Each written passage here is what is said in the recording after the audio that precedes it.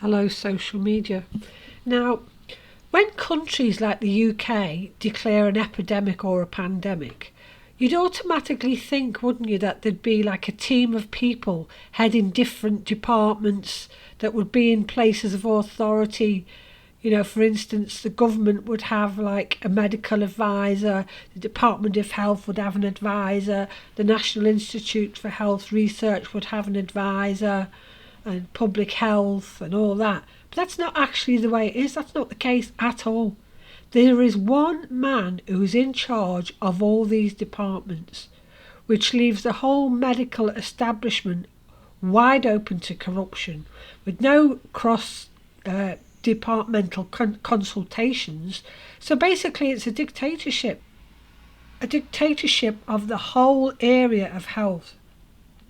So I was doing some research and I discovered that a man named Chris Whitty, or Professor Chris Whitty, is a professor who specialises in epidemics and pandemics, is not only the head for the National Institute for Health Research, he's also the chief scientific advisor to the Department of Health and Social Care, the government's chief medical advisor, and just months before all this corona fiasco, he was made the chief medical officer for public health. He was also the chief scientific advisor and director of the Department for International Development from 2009 to 2015. DFID. During this time, DFID partnered with World Bank, World Health Organization and Gates Foundation on many projects, including the Grand Challenge Network, which is basically co-funding vaccines. Let's just take a look at the Grand Challenge that was helped to be financed by his department. And here's the announcement that was made, just to show that it is factual.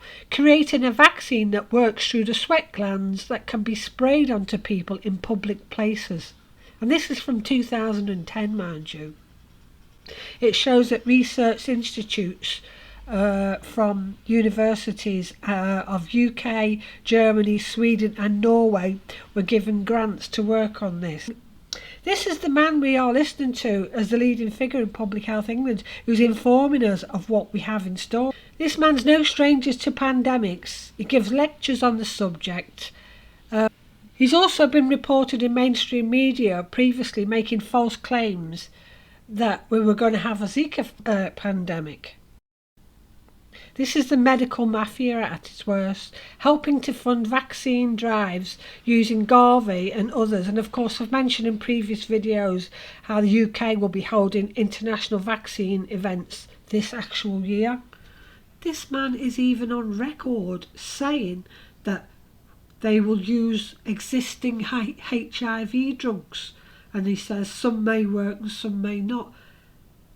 This means they're basically saying they've got a stockpile of stuff that they want to get rid of. Does it?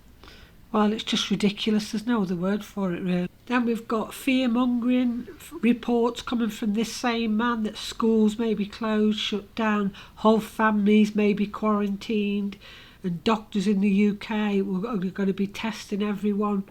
At the same time, we're seeing articles such as this completely contradicting what he claims to be occurring. In this article, a plane due in from Wuhan will be held in quarantine. The people will be held in quarantine for 2 weeks. Whilst in this report, no officials have contacted the people who were not in close proximity to the people who tested positive. So we can see complete contradictions.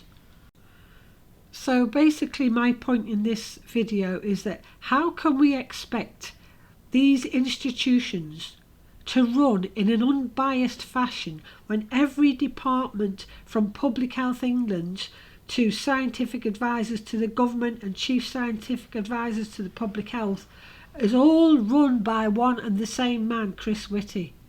Thank you for listening. I'm Illogical. Stay safe.